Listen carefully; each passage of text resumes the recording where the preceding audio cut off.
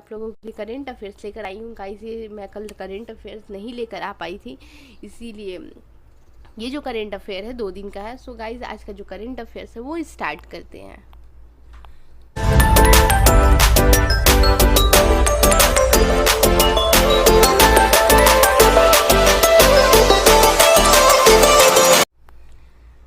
First question, मानव संसाधन विकास मंत्रालय का नाम बदलकर शिक्षा मंत्रालय कर दिया गया है। जैसे कि अभी हम लोगों को सबको पता है कि 30 जुलाई को जो था ये मानव संसाधन विकास मंत्रालय का नाम बदलकर शिक्षा मंत्रालय कर दिया गया है। अब नई शिक्षा नीति भी आई है, जिसकी वीडियो मैं बाद में आपको एक अलग से नई शिक्षा नीति की वीडियो बताऊंगी, जिसमें पूरे रूल्स रेगुलेशन सब कुछ उसमें ऐड रहेगा। मानव संसाधन विकास मंत्रालय का नाम बदलकर शिक्षा मंत्रालय कर दिया गया है। आज इसकी घोषणा की जाएगी। इसके अतिरिक्त कैबिनेट ने नई शिक्षा नीति को भी मंजूरी दे दी है। इसकी घोषणा भी आज होगा। नई शिक्षा नीति के तहत अब उच्च शिक्षा की एक निर्णायक संस्था होगी। प्रधानमंत्री की अध्यक्षता में कैबिनेट की बैठक के दौरान यह निर्णय लिया गया है। केंद्रीय मानव संसाधन मंत्री रमेश पोखरियाल निशंक के साथ केंद्रीय पर्यावरण और सूचना प्रसारण मंत्री प्रकाश जावड़ेकर शाम 4 बजे कॉन्फ्रेंस करेंगे। इसके बारे में विस्तृत जानकारी सरकार की तरफ से कैबिनेट ब्रीफिंग में दी जाएगी। इससे पहले 1 मई को प्रधानमंत्री मोदी ने नई शिक्षा नीति के मसौदे की समीक्षा की थी। अब नेक्स्ट क्वेश्चन है, फ्रांस से आए 5 राफेल विमानों की निम्न में से किस एयरबेस पर लैंडिंग कराई गई है? तो इसका जो करेक्ट आंसर है वो अम्बाला एयरबेस में उसकी लैंडिंग कराई गई है। भारतीय वायुसेना के बेड़े में 5 सुपर सैनिक राफेल शामिल हो गए हैं। इन राफेल विमानों की अम्बाला एयरबेस पर 29 जुलाई 2020 को हैपिंग लैंडिंग कराई गई है। अब नेक्स्ट देखते हैं, विमानों का एयरबेस पर उतरने के बाद वाटर सैल्यूट देकर स्वागत भी किया गया। भारतीय वायुसेना के बेड़े में शामिल होने के लिए 5 राफेल फाइटर जेट फ्रांस से 27 जुलाई 2020 को रवाना हुए थे और 29 जुलाई को वो हैप्पी लैंडिंग हो गई थी। यहाँ बता दें कि भारत और फ्रांस के बीच 36 राफेल विमानों की डील हुई थी। कुल 36 राफेल में से 30 लड़ाकू विमान है, जबकि 6 ट्रेनर विमान के 2 सीटें वाले हैं। ठीक है, नेक्स्ट क्वेश्चन देखते हैं। केंद्र सरकार ने वित्त वर्ष 18-19 के लिए आयकर रिटर्न भरने की तिथि है कब तक के लिए बढ़ा दी गई है? तो ये आप लोगों के लिए 30 सितंबर तक। अब जो है 18-19 कोविड-19 की वजह से अब जो भी आयकर रिटर्न भरने की तिथि जो है वो अब 30 सितंबर तक कर दी गई है। केंद्र सरकार ने वित्त वर्ष 2018-19 आकलन वर्ष 2019-20 के लिए आयकर भरने की तारीख 2 महीने बढ़ाकर 30 सितंबर तक कर दी है। आयकर विभाग ने ट्वीट कर बताया कि कोविड महामारी के बीच करदाताओं को सहूलियत देने के मकसद से केंद्रीय प्रत्यक्ष बोर्ड ने यह तारीख 31 जुलाई से बढ़ाकर 30 सितंबर कर दी है। करदाताओं के लिए इस साल तीसरी बार यह तारीख बढ़ाई गई है, यानी इससे पहले भी जो है 2 तारीख बढ़ा दी गई थी।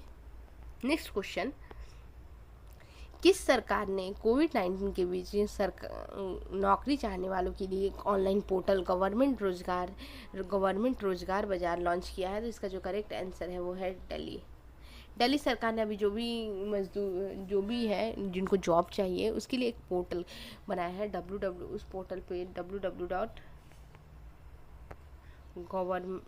delhi-government-job.com पे जाएंगे तो आप वहाँ से अपने जॉब के लिए जो है वो अप्लाई कर सकते हैं। नेक्स्ट क्वेश्चन देखते हैं, में चीज को किस देश के प्रधानमंत्री के रूप में नियुक्त किया गया है? तो इसका जो करेक्ट आंसर है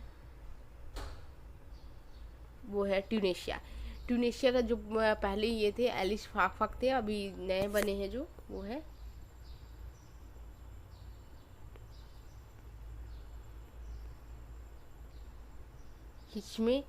मेचीची। नेक्स्ट क्वेश्चन देखते हैं,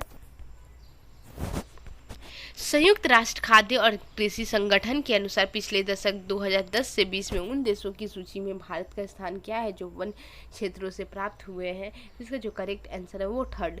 भारत को अभी जो है राष्ट्रीय संयुक्त खाद्य संग्रह और कृषि संगठन के अनुसार जो भारत की जो सूची है वो 3रे नंबर पे है जो वन क्षेत्रों से प्राप्त हुए हैं।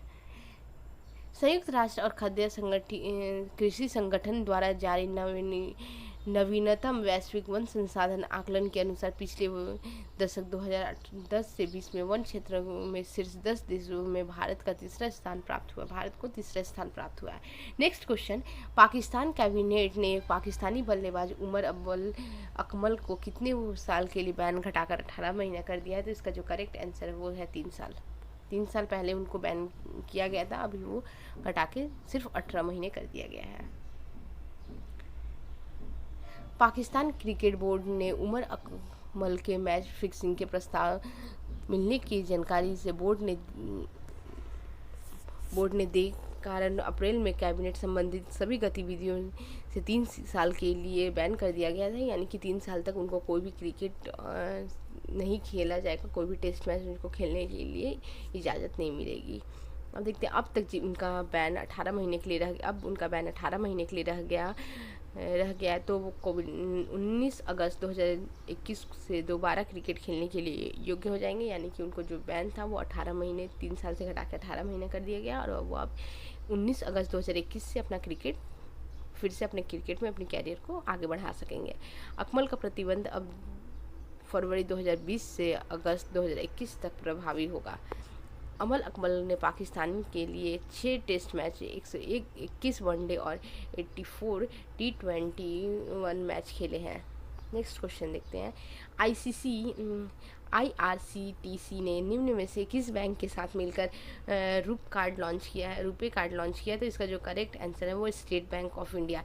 IRCTC ने भारतीय स्टेट बैंक के साथ मिलकर क्रेडिट कार्ड लॉन्च किया है। इस क्रेडिट कार्ड के जरिए आप शॉपिंग के साथ साथ दवाइयाँ भी दवाइयों की खरीद पर भी छूट पा सकते हैं।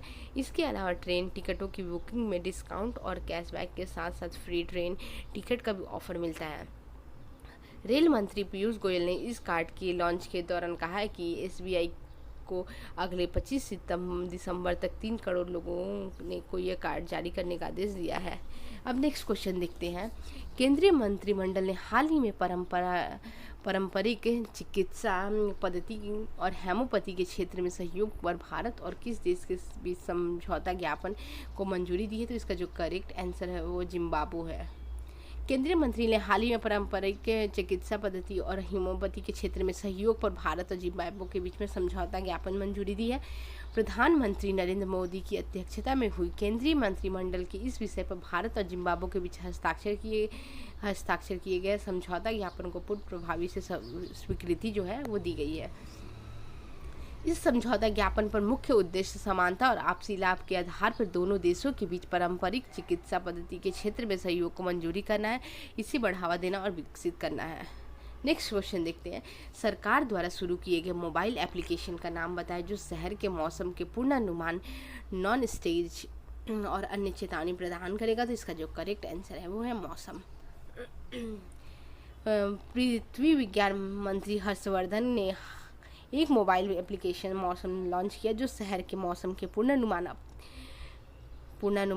के और चेतावनी प्रदान करेगा। सो गाइज, आज का जो करेंट अफेयर्स था बस इतना ही है। आई होप सो कि आपको ये करेंट अफेयर्स पसंद आया हो।